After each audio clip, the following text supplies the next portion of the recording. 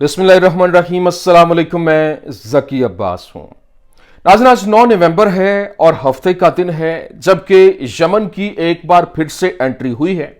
और पिछले दिनों से हम देख रहे थे कि यमन की तरफ से खामोशी थी, जबकि लेबनान और फलस्तीन के अंदर, ईरान के अंदर जो एक हलचल मची हुई और जो लड़ाई के अंदर शिद्दत इख्तियार होती दिखाई दे रही है, वो हम लम्हा बलम्हा रिपोर्ट आपके सामने रख रहे थे। लेकिन अभी यमन की जानिब से जबरदस्त किस्म का हमला किया गया। रात गए जो कार्रवाई की गई है वो बड़ी इंपॉर्टेंट थी। और पहले जो यमन के पास हाइपरसोनिक मिसाइल थे वो हैफा बंदरगाह तक तो पहुंच चुके थे, लेकिन आज पहली बार यमन की जानिब से हाइपरसोनिक मिसाइल के साथ हमला करते हुए डायरेक्ट जो हिट किया गया है वो नेवातीम एयरबेस है, जो कि इजराइल की सबसे इंपॉर्टेंट एयरबेस समझी जाती है। और यह ऐसा जबरदस्त किस्म का हमला था कि वहां तक उसकी रसाई हुई। और ना सिर्फ ये, बल्कि यह भी कहा जा रहा है कि ये जो वहां पर F-35 इनके लड़ाका तैयारे हैं, उनके हवाले से भी रिपोर्टिंग सामने आ रही है कि यहां ये भी हिट हुए हैं। क्या वाकई में ये हिट हुए हैं? और फिर इसके साथ साथ जो इनके 12 अमेरिकी MQ-9 जो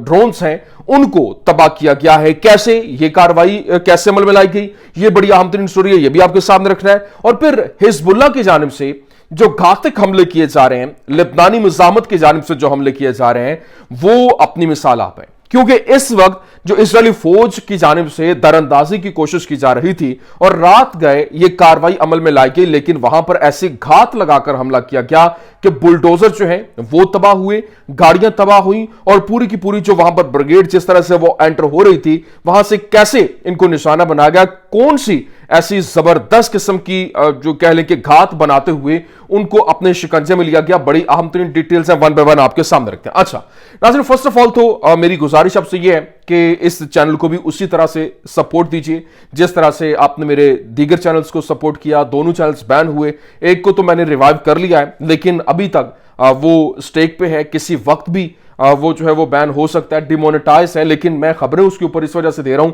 ताकि हमारा जो रब्त है और अपने मजलूम बहन भाइयों की आवाज बुलंद की जा सके। लेकिन ये जो चैनल है ज़की अब्बास स्पीक्स के नाम से, ये मैंने बैकअप के तौर पे एक नया चैनल क्रिएट किया है। इसको भी उसी तरह से सपोर्ट दीजिए जिस तरह से आपने दीगर चैनल्स को सपोर्ट किया, जो मेरे पहले 2 चैनल्स थे। तो अभी यह है कि इसको सब्सक्राइब करें, दूसरे अपने दोस्तों के साथ शेयर करें जो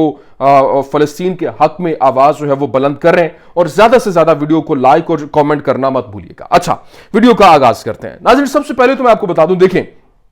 इस वक्त जो हालात बने हुए हैं उनमें देखा जाए तो अभी तक लेबनान के अंदर 3000 से ज्यादा जो शहादतें हैं वो हो चुकी हैं, और फलस्तीनी 55,000 से ज्यादा जो है वो शहीद हो चुके हैं। और ये इससे बहुत बड़ी तादाद में है, ये वो है जो काउंट हुए हैं। लेकिन इसके साथ साथ हकीकत में जो दूसरी तरफ अमेरिका की जानिब से जो हमले किए गए थे, आप देखें जब इराक के ऊपर हमले हुए, शाम के अंदर हमले हुए, तो वहां पर तकरीबन 13,000 से ज्यादा जो शामी हैं वो अपनी जान की बाजी हार गए थे। और फिर इराकी जो है तकरीबन 7.5 लाख इराकी जो हैं वो मुतासिरीन में से शामिल थे। फिर जो फ्रांस है उसकी जानिब से जो 1 मिलियन से ज्यादा अल्जेरियंस हैं उनको निशाना बनाया गया। लेकिन अभी अगर बात की जाए तो दहशतगर्द कौन है, तो वो मुसलमान है, क्योंकि मुसलमानों के ऊपर उन्होंने जितने भी मुस्लिम ममालिक हैं, और अभी आप देखें जिस तरह से लेबनान के ऊपर यलगार होती है, फिर फलस्तीन के ऊपर निशाना बनाया जाता है। और भी हैरानी की बात यह है कि जहां कहीं भी हमला होता है वो कोई और मुल्क नहीं बल्कि किसी मुस्लिम मुल्क के अंदर ही आप कहेंगे कि यहां पर दहशतगर्दाना कार्रवाइयां हो रही हैं, वहां पर हमले हो रहे हैं। अभी आज पाकिस्तान की बात कर लें, पाकिस्तान के जो सूबा बलोचिस्तान में कोयटा रेलवे स्टेशन के ऊपर एक मोहलिक बम धमाके में 24 अफराद जो है वो बेगुनाह लोग वो जान की बाजी हार गए और 46 जो है वो जख्मी हुए। जबकि दहशतगर्द जो तंजीम है BLA उसने जिम्मेदारी भी कबूल की है, और पाकिस्तानी वज़ीर आज़म ने यह बाकायदा तौर पर 2 टोक अंदाज में वार्न किया है कि दहशतगर्दों को भारी कीमत चुकाना पड़ेगी। मुझे बताएं, जो फर्स्ट वर्ल्ड कंट्रीज हैं, UK है, US है, या फिर ये यूरोपियन कंट्रीज हैं, वहां पर इस तरह के हमले क्यों नहीं हो रहे हैं, वहां पर ऐसी रिपोर्टिंग क्यों सामने नहीं आ रही? तो इसका मतलब यह है कि ये बेसिकली इंटरनेशनली इसके तुनके हिलाए जाते हैं और गेम डलवाई जाती है। तो मैंने कहा ये मैं आपके सामने रख दूं। लेकिन अभी जो सबसे इंपॉर्टेंट चीज है, यमन की जानिब से जो एंट्री हुई है वो बड़ी कमाल की है। अभी यमन ने हमला किया और वहां पर हाइपरसोनिक मिसाइल जो कि उनके पास पहले वो हैफा बंदरगाह तक सिर्फ पहुंचा था, और अब जनाब वाला उससे वो वन स्टेप अहेड जाते हुए वो मिसाइल आगे बढ़ते हुए उसने हमला किया और वो डायरेक्टली नेवातीम एयरबेस के ऊपर जो है वो जाकर उसने हिट किया, और ये इंटरसेप्ट भी नहीं हो पाया। हाइपरसोनिक मिसाइल है, ऑफ कोर्स उनके पास जो आयरन डोम है वो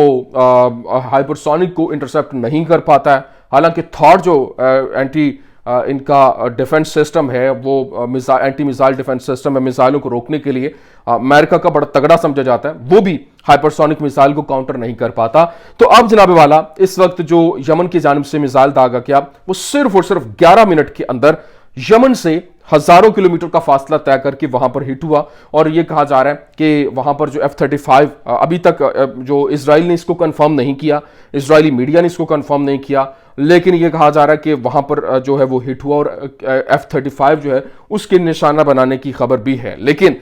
यहां पर अभी आने वाले दिनों में आप देखेंगे सैटेलाइट जो रिपोर्ट्स हैं और पिक्चर्स जो हैं वो भी सामने आ जाएंगे और वो दूध का दूध और पानी का पानी हो जाएगा। लेकिन अभी मैं आपको बता दूं कि ये जो हमला था उसमें उन्होंने बड़ी जबरदस्त किस्म का हिट करते हुए तकरीबन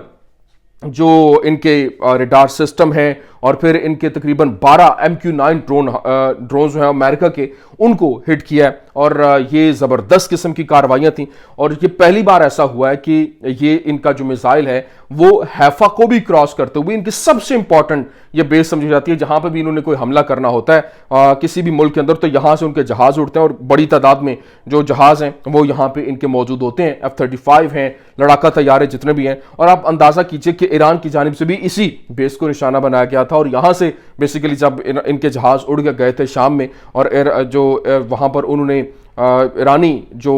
सफारत खाना है वहां पर उसको टारगेट किया था, उसको तबाह किया था और उसके बाद फिर उन्होंने यहां पर हमला किया और पिछले वीडियोस भी आप देख रहे हैं और अभी एक और जो वीडियो है वो भी जारी हुई है और अभी एक बड़ी तेजी के साथ वायरल होती वीडियो जिसमें देखा जा सकता है कि ईरान एक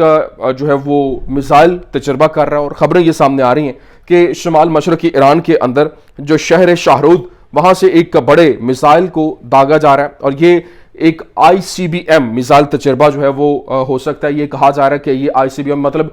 इंटरकॉन्टिनेंटल बैलिस्टिक मिसाइल का तजर्बा है, मतलब वो कॉन्टिनेंट के अंदर एक कॉन्टिनेंट से दूसरे कॉन्टिनेंट को टारगेट करने के लिए और 5500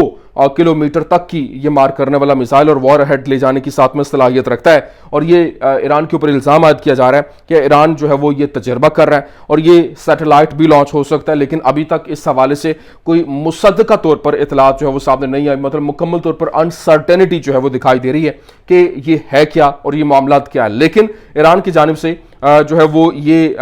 तजर्बा किया गया और कहा जा रहा है इंटरनेशनली जो जर्नलिस्ट हैं जो मीडिया है वो इसको ICBM के साथ मंसूब कर रहे हैं कि ये ICBM का तजर्बा है। लेकिन दूसरी जानिब आप हैरान रह जाएंगे कि इस वक्त लिबनानी जो मज़ाहमत है उसकी जानिब से रात गए जो घात लगाई गई, क्योंकि पूरी प्लानिंग के साथ जो इजरायली फोर्सेस की जानिब से हमला किया गया और दरअंदाजी की लिबनान के अंदर कोशिशें हुई और उन्होंने अपनी फोर्सेस को जो इनके हैफा वाली साइड से एंट्री की, बॉर्डर के एंटर होने की जो है वो ट्राई की गई और उन्होंने अपने बुलडोजर जो है और गाड़ियां और टैंक्स जो है वो चढ़ाए, लेकिन उन्होंने देखा कि यहाँ पे वरैकी करते हुए वो आगे बढ़ते जा रहे थे और जो ही वो लिबनानी बॉर्डर के अंदर क्रॉस करते हुए दाखिल हुए तो वहाँ पर जो लिबनानी मज़ाहमत है उनकी जानिब से भरपूर तरीके से घात लगाकर उनके ऊपर मिसाइल जो है वो दागा गया और मिसाइल ऐसा ज़बरदस्त किस्म का हिट हुआ कि वो जो बुलडोज़र है वो आग उनके अंदर लग गई और मुताद्दिद तादाद में इनके जो फौजी हैं वो जख्मी भी हुए और हलाक भी हुए, जिनको लेकर बाकायदा तौर पर हेलीकॉप्टर्स के जरिए वहाँ से निकालने की इतलात भी हैं। अभी एक और जो बड़ी इंपॉर्टेंट चीज़ है वो ये है कि देखें इस वक्त क्योंकि डोनाल्ड ट्रंप जो है वो इलेक्शन जीत चुका है और उसने विक्ट्री स्पीच भी कर दी है। पहला उसने बयान दिया था कि वो जो ईरान है उसको कामयाब देखना चाहता है लेकिन उसको एक न्यूक्लियर पार नहीं देखना चाहता। अब जनाब वाला जो आयतुल्लाह अली खामनाई हैं उनकी जानिब से, ईरानी सुप्रीम लीडर की जानिब से बाकायदा तौर पर दो टोक अंदाज में यह कहा गया कि कोई भी मतलब वो अमेरिका को अपना वो दोस्त नहीं समझते और उन्होंने ट्रंप को कोई मुबारकबाद नहीं दी है और उन्होंने कहा कि वो हमारा दुश्मन मुल्क है और वो वहाँ पर जो भी हुकूमतें बदले उससे हमें क्या, क्योंकि अब उनका दोहरा मायार और डुअल फेस वो कंट्री है। लेकिन अब एक नया कह लें कि कट्टा खुल गया है, नई कहानी जो है वो सामने आई है और अमेरिका के अंदर जो है वो अमेरिका ने सहाफ़ी को खामोश कराने और ट्रंप को कत्ल करने की साजिश में फरहाद शाकिरी जो है और कार्लेस्ली रोवेरा और जोनाथन लॉर्ड हॉल्ट पर इल्जाम आयद किए कि महकमे इंसाफ ने डोनाल्ड ट्रंप को कत्ल करने की ईरानी साजिश का इंकशाफ करते हुए एक ऐसे शख्स पर इल्जाम आयद किया है जिसने दावा यह किया था कि उसे एक ईरानी एहलकार ने इंतखाबात से कबल डोनाल्ड ट्रंप को कत्ल करने का काम सौंपा था। आपको याद होगा कि वो जो ट्रंप के ऊपर हमला हुआ था, कातलाना हमला हुआ था, उस वक्त भी ट्रंप को यही कहा गया था कि जी ये ईरान की तरफ से हुआ है, लेकिन उस वक्त ईरान ने डिनाई किया था। और अब जो अफगान शहरी और मुबैना तौर पर ईरानी जो असासा है वो फरहान शकीरी है, उसने मुल्क बदरी से के बाद इस साजिश का इंकशाफ किया। उसने कहा कि ईरान के पासदारान इनकलाब ने उन्हें सितंबर के अंदर ट्रंप के कत्ल की मनसूबाबंदी की हिदायत की थी और कत्ल के दीगर मनसूबों से मुंसलिक 2 दीगर, जिनमें एक ईरानी अमरीकी सहाफ़ी को निशाना बनाना भी शामिल है और शकीरी ईरान में रहता है। ये जो एसोसिएटेड प्रेस है, अमेरिका की एजेंसी है, उसकी जानिब से ये दावा किया गया। लेकिन साथ ही साथ जो FBI है उसने बाकायदा तौर पर यह बताया और जो रियोटर्स की जानिब से खबर दी गई, बताया गया FBI has started an Iranian plot to assassinate Trump. Iran replied and says these accusations are absolutely baseless. और सबसे इंपॉर्टेंट चीज ये है, वो कहता क्या कि FBI ने ट्रंप के कत्ल की ईरानी साजिश को नाकाम बना दिया। रॉयटर्स ने कंफर्म किया और बताया कि ईरान ने जवाब दिया है और कहा है कि ये इल्जामात बिल्कुल बेबुनियाद हैं। अब सवाल ये है कि क्या मोसाद जो है, जो इजरायली इंटेलिजेंस एजेंसी है, वो ट्रंप के इस यकीन पर असरअंदाज हो सकती है कि ईरान जो है उसे कत्ल करने की कोशिश कर रहा है। अब हैरानी की बात यह है कि क्या वाकई में ईरान यहां पर बैठकर अमेरिका के अंदर इतनी बड़ी साजिश कर सकता है, और ये एक बहुत बड़ा सवाल है। लेकिन हाँ, जिस तरीके से एक प्रोपेगेंडा करना या फिर एक एजेंडा के तहत अगर आप कहानी को जिस तरह से भी मोल्ड करना चाहेंगे तो वो मोल्ड तो हो जाएगी। लेकिन दूसरी जानिब जो इंपॉर्टेंट चीज है वो ये है कि इस वक्त एक बड़ा प्रोपेगेंडा किया जा रहा था कि क्योंकि जो फलस्तीनी मज़ाहमत जो हमास है उसके लीडरान को कतर के अंदर बुलाया गया था कि वहां पे उनके साथ डील की जाए और जो मुज़ाकरात को लेकर फाइनल जो एक डिस्कशन है वो बुलाई जाए। लेकिन खबरें ये पहले रिपोर्ट हुई जी कि जी वहां पर